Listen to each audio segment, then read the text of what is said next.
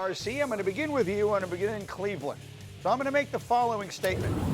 If I said Joe Flacco starting at quarterback for the Browns is the correct move, would you say that's right or wrong? I think that's the wrong move. I think you should have looked at one of these rookies to see if you had your franchise quarterback in the building, whether it's Shedeur Sanders or Dillon Gabriel, who I felt both had good debuts here in the preseason. You know what Joe Flacco is. Don't make the comfortable, familiar decision. Figure out if one of these young men that you drafted in the 3rd or the 5th round could be the guy.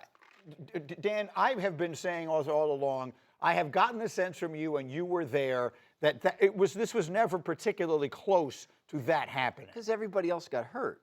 Like, do you want him to start the rookie with the hamstring injury or the rookie with the oblique injury? Or like they're not, those guys didn't get the practice time they needed in training camp to be ready yet. So, look, they didn't announce yesterday Joe Flacco's starting all 17 games. They started starting the first one.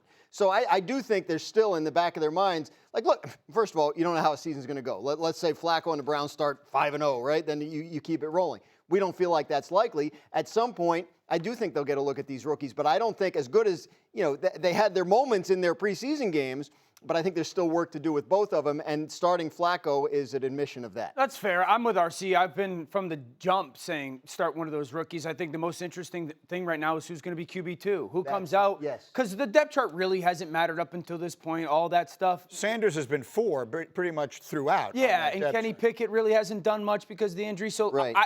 If I'm Cleveland, and we talked about this a little bit yesterday, you put one of these rookies at QB2, maybe you put both of them, dress them both, and just get them ready for October and November because... Dan, I have a question. Should the work at practice be different than what you normally delegate the practice reps, right? Because a lot of times when you're the 2, you don't get a ton of time with the starting offense or the ones. If you have one of these guys listed as 2nd on the depth chart, are you preparing them in a different way than what you normally would? Yeah, I would slightly, a little bit, yes. I would slightly, but you also... Kevin Stefanski, the head coach, has got to make sure that they're doing everything they can for everybody else to get ready to win the game. This isn't just, hey, we're just focused on the quarterback. So it's a fine balance. But I do think getting those guys reps in preparation for what the plan is, whether they're having decent success or not, should be at the forefront. That's the key. The next couple weeks, you got to get Flacco ready to start the game, obviously. But you also have to figure out who the 2 is, because the 2 could play at any second, right? Like we saw Brian Daboll throwing Jaxson Dart into the game without telling him ahead of time, right? Because you want to know if he can do that. So is it Gabriel, is it Pickett, is it Sanders? A, who's the healthiest, and B, who's prepared to do that? Like jump in a game if something happens to Flacco. It shouldn't be Kenny. Well, he hasn't practiced. Shefty suggested yesterday that they would keep all 4 quarterbacks on the roster just as commodities, and you never know, someone trades for a Kenny Pickett or maybe even trades for one of the rookies, depending on how things go along. But keeping 4 quarterbacks on the active roster is for the most part, a rarity. Yeah. What is your sense of the whole thing, Swagoo? They opened, by the way, against the Cincinnati defense. We just spent 10 minutes talking about how bad they are. This should have never been a competition that we shouldn't have ever said Joe Flacco name. Like, the plan was Joe Flacco start and let these 3 duke it out to figure out who's going to be our starter eventually. And I'm not a big proponent of them starting at the beginning of the season. I don't know the rep count in practice. I don't know how many looks they had against the number 1 defense. I know Myles Garrett rushing is completely different than the other guys that are in there. But that's what I said after Shedeur's performance. I said that performance should have bought him more reps of good on good in practice to compete for who was going to be the number 2 guy to eventually be the number 1. Like, that sounds logical to me. The one thing that worries me, and we talked about this last night, is if you're getting to this point with Dillon Gabriel and Shedeur Sanders, and you're saying we're 2 weeks away from the season, now we going to start treating one of you guys like a backup, and something bad happens to Joe Flacco, both are set up for failure. Yeah. And that's the part that bothers me. I'm saying if you didn't have Dillon Gabriel and Shedeur Sanders, because Kenny Pickett has been dealing with the injury, obviously. If you didn't have them getting 2nd-team reps, at times getting reps with the ones, and now you going into this point saying, hey, Dillon, you the 2, or Shedeur, you the 2. Well, bro, I'm so far behind of what it's like to be out there with David Njoku. I'm so far behind game-like scenarios that Joe Flacco has been through a million times. Yeah. So let me make sure I'm clear on what you're saying. At this point, they need not only to choose their starter, but choose the backup. They have to pick between the rookies. 100%. I agree. And say that guy is next. They in line. can't split reps going forward. Yeah, like Absolutely. it's you in season. Flacco gets hurt in the first game, they're not going to look at the sideline and go, who wants to play? Right. Like, they got to know who it is that's ready to and play. who's it gonna be? But shouldn't they have, like, to me, it should have been, if that's your mindset, right, we're going to start one of these veteran guys, it should have been 2 competitions going on at the same time throughout training camp. Figure out who the best older veteran guy is, and we're going to figure out who the best rookie is, and we walk into the season with those 2 people, 1-2 on the depth chart, understanding that's the way we'll play out. That is my point. And For all we know, that's what they did. If they had all stayed healthy, I think that's exactly what would have happened. That's the thing. But they didn't. Sanders played that entire game because Gabriel was hurt, and then And Gabriel Pickett was played hurt. the entire game Pickett because as well. Sanders was hurt. Sure. So again, we're sort of taking Kenny Pickett out of this, maybe wrongly. No, wrongly, but he has missed the most practice time this camp. I guess what I'm saying is, in your mind,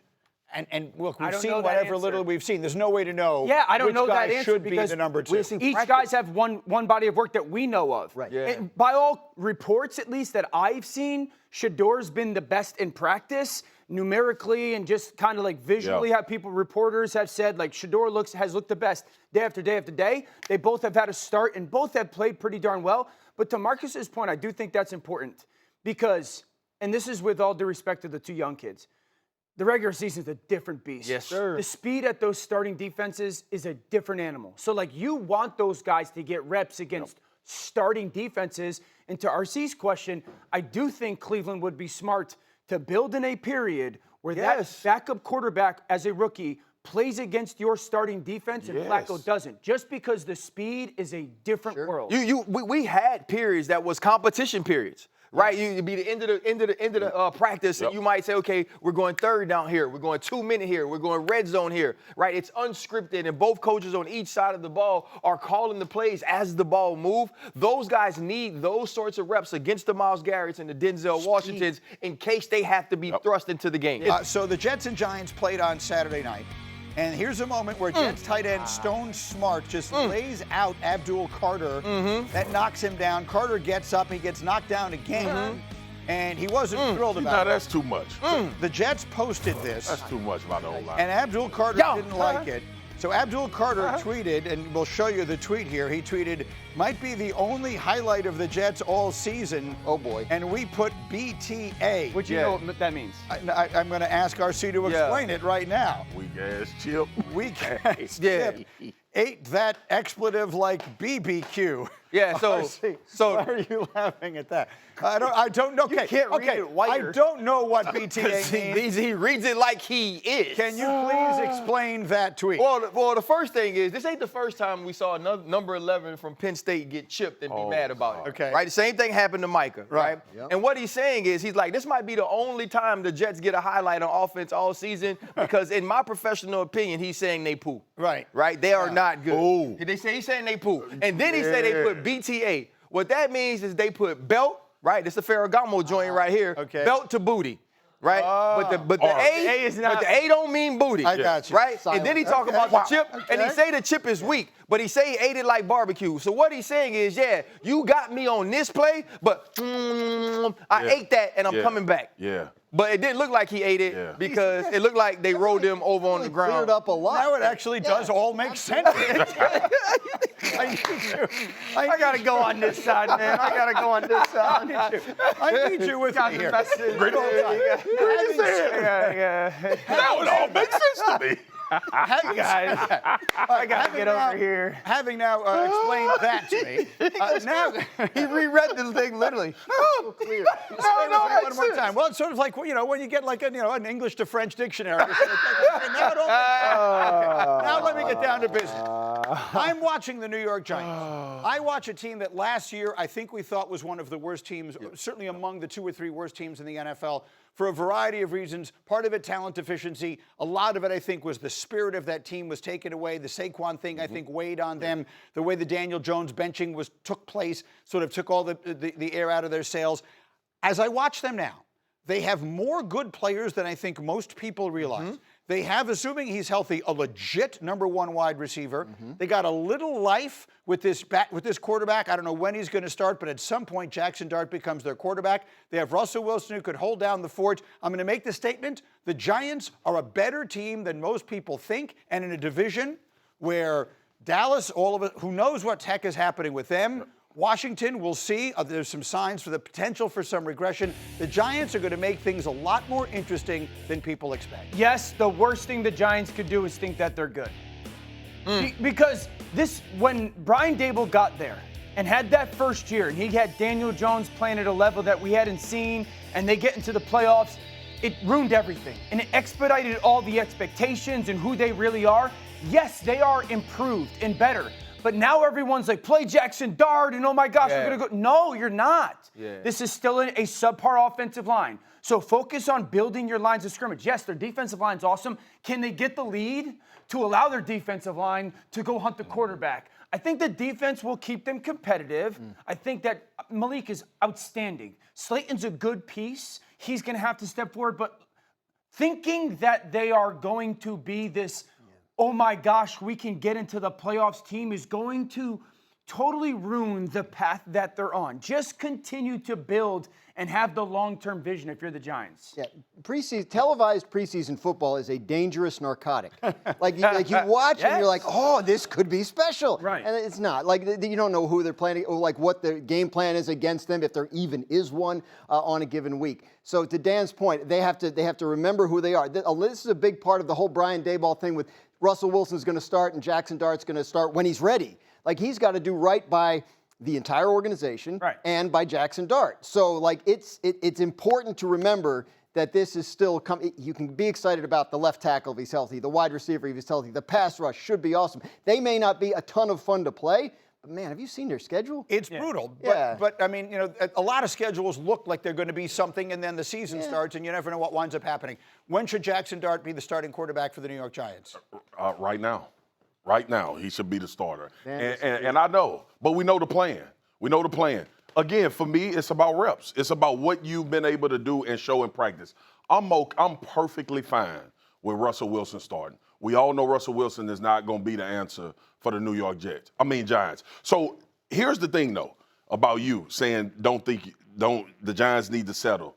I think the Giants are going to be a problem this year, especially in their division. I think they are going to be an issue for these teams. And first of all, we ain't really talking about but one great team right now. We don't know what the Commanders are going to end up being, obviously, with this Terry McLaurin thing.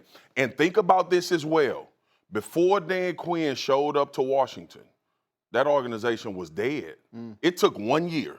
It took one player to change the perspective of what we think now about the Commanders. We literally talking about the Washington Commanders being one of the teams that would not shock us to represent the NFC in the Super Bowl. Think about where we are from 2 years ago. But it was because they expedited.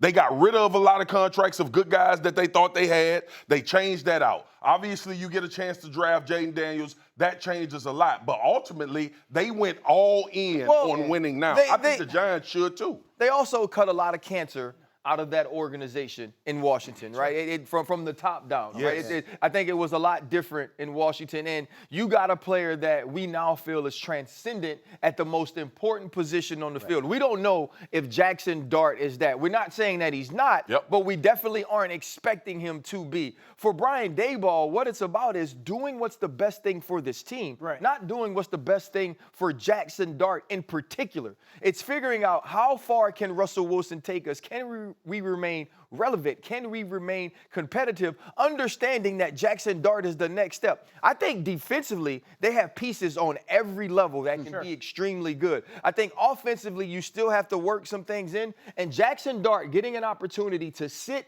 and watch regular season football, I believe will help him. For his second preseason game Sunday against the Saints due to an upper body injury, according to his coach Liam Cohen, also held out of Friday's walkthrough as a precaution. First and foremost, Graziano, do we have any sense of this injury and his situation? It doesn't sound like they're concerned about this affecting the start of the season, but obviously any missed practice time for a player that's trying to be two players is gonna set him back a little bit. So RC, say to these guys what you said to me in the meeting this morning. That if he doesn't play both sides of the football, you wasted a pick. You wasted assets. You decided that moving up to number 2 wasn't truly what you wanted to do because he's not the number 2 pick as a wide receiver. He's not the number 2 pick as a cornerback. He is the number 2 pick if he plays both. Right. He is the number 2 pick if he affects both sides of the football. If he doesn't do that, what you gave up, giving up next year's first-round pick to get him is not worth it to play offense primarily or no defense and vice versa. And so to me, if you have to make that decision based on his inability to physically hold up throughout 17 games, it was a mistake to draft Travis Hunter. If he predominantly plays offense, catches 70 passes for 1,200 yards and 6 touchdowns, and Trevor Lawrence looks like the number 1 pick, he's absolutely worth the. No, because then you could have got Ladd McConkey last year. Yeah. Because Ladd McConkey had 1,200 yards. But this regime wasn't there last year. But it's Liam Cohen's problem to fix Trevor Lawrence. It's not Travis Hunter's problem to fix Trevor Lawrence. No. It's James Gladstone's the general manager. It's his responsibility. Neither receivers nor corners ever go number 2. That is the rarest of rarities. Calvin Johnson went number 2. He's not Calvin Johnson. No, I know that. But like listen, I understand the premise, but the most important thing in Jacksonville is getting Trevor Lawrence to play at an incredibly high level because he was supposed to at the number 1 pick. And if Travis Hunter is part of that and he steps in even with the asset given to him and the high draft pick and he comes in and this offense rolls and Trevor Lawrence looks outstanding, totally worth it. But he can help on both sides of the ball. No question. Their defense only had 8 takeaways last year. Like, you got to get Trevor Lawrence the ball in some good field position. If Travis Hunter plays both sides and he gets 6 interceptions on defense and he catches 50 passes and Trevor Lawrence stinks, what he does doesn't matter. It's about Trevor Lawrence. But what our Trevor Lawrence is responsible for Trevor Lawrence. I totally agree. And if he catches 50 passes and he gets 6 interceptions, first off, he's going to be the all-pro cornerback. Right? And as an all-pro cornerback who also caught 50 passes, you know what else he's going to be? He's going to be a freaking unicorn. Because nobody else in the history of the world has ever done that. And if Trevor Lawrence can't beat Trevor Lawrence that he was drafted to be, and he catches 50 passes, and Brian Thomas Jr. is Brian Thomas Jr., that's Trevor Lawrence's fault. Get a new damn coach, get a new GM, and get a new quarterback. Because it ain't his fault. Maybe 50 catches is a high number. Yeah. But that's my point. Is like, if he is predominantly playing wideout, and he maybe is subpar defensively or only plays in nickel or sub packages, I can live with and that. He lights it up on offense, that's okay. What I'm saying, if he just plays 1, it's a loss. Swagoo, I've been asking all preseason long. Can a man do this? Can a man do what he says he wants to do when this team seems to think he's going to do? No, it's special packages on defense. I think they drafted Travis Hunter because they wanted him to play offense. And I think it's unfortunate because I think I've been in line with RC on that one thing is when he said, I think on defense, if he full-time went there, he would be in one of those corners, one of those Surtain, one of those guys that changes a defense. Yeah. So offensively, you did do it because you got to progress your quarterback, and I think you waste him in that way. I sat with James Gladstone, their GM. He said the reason we moved up to take him is because he changes the math. They feel like he's going to give them an extra player every week that the other team doesn't have. So it wasn't just because they can play receiver. I'll tell you what I'm gonna do. If I'm the defensive coordinator, I'm the DB coach. What I'm gonna tell every cornerback is every time he's lined up out there, I want you to drive him into the Gatorade.